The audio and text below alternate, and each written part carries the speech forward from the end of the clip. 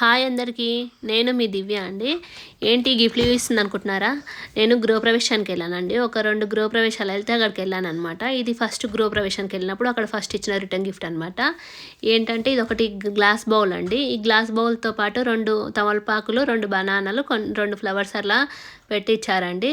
ఈ glass bowl అనమాట, మంచిగా యూజ్ చేసేకోవడానికి అది కూడా బాగుంటుంది. నెక్స్ట్ ఇంకో గృహప్రవేశానికి వెళ్ళానండి. అక్కడ వాళ్ళు ఇచ్చారట. ఇది సిల్వరు గణపయ్య ఇచ్చారు ఫస్ట్.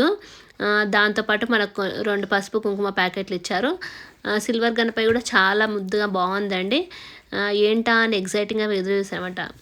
ఇది మనం డెకరేషన్ అయినా పెట్టుకోవచ్చు, గణపయ్య మనం పూజా మందిరంలో కూడా పెట్టుకుంటే బాగుంటుంది. నెక్స్ట్ మనం ఇంకోటి ఈ గిఫ్ట్ ఏంటని బాగా ఎగ్జైటింగ్గా చూసానండి.